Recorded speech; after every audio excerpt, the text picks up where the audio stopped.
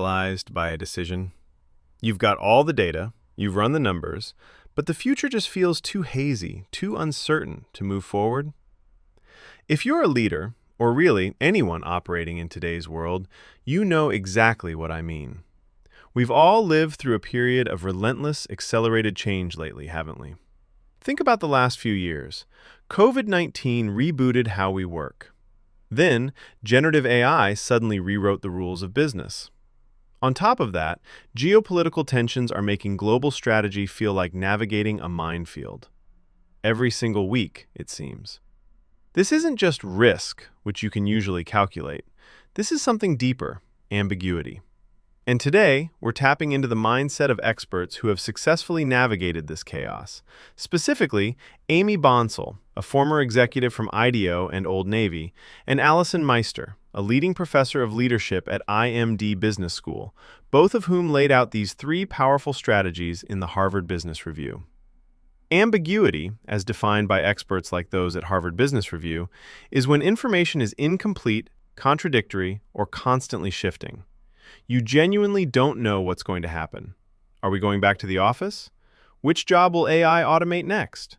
Which country will have trade tariffs tomorrow? No one has a clear answer. And here's the critical part. Our traditional leadership methods, they fail here. When the ground is constantly moving, analytical models designed for stability just can't keep up. Why? Because we're human. And when we face deep uncertainty, our bodies hit the brakes. The first step in tackling the unknown is understanding our own biology. When ambiguity strikes, our brain doesn't think, "Oh, great, an innovation opportunity." No.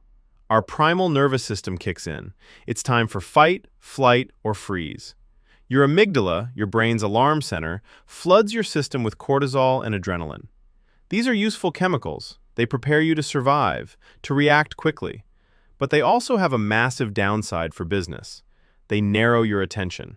They suppress your prefrontal cortex, the part of your brain responsible for creativity, strategic planning, and breakthrough ideas. In short, when stressed, you are physically unable to generate truly innovative solutions. So, how do we hack this system? The answer lies in the mindset of a designer. The first design thinking strategy is all about countering that fear reflex. Where our biology pushes us toward threat, designers are intentionally trained to see change as possibility. The key is language.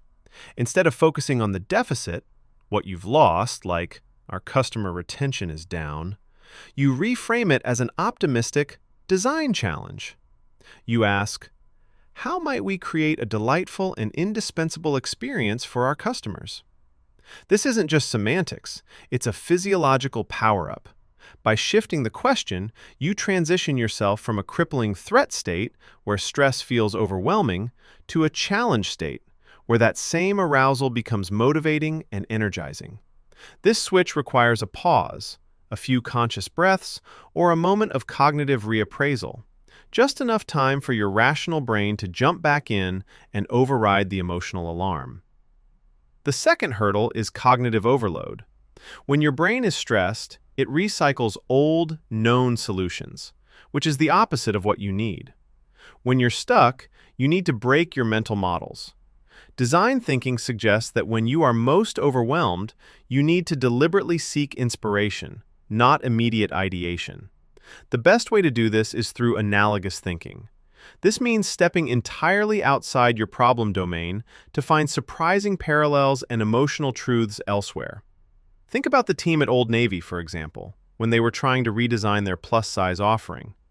Did they look at other retailers? No. They went to karaoke bars. They realized that for many women, trying on clothes in a segregated section felt acutely vulnerable, like being put on stage, seen, and judged.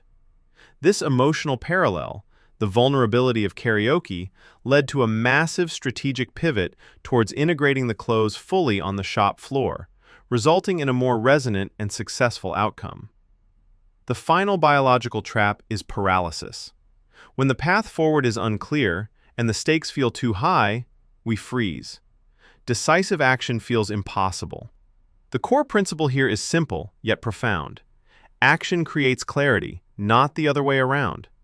When you lack clarity, you need to treat every step as an experiment. And here's a critical distinction.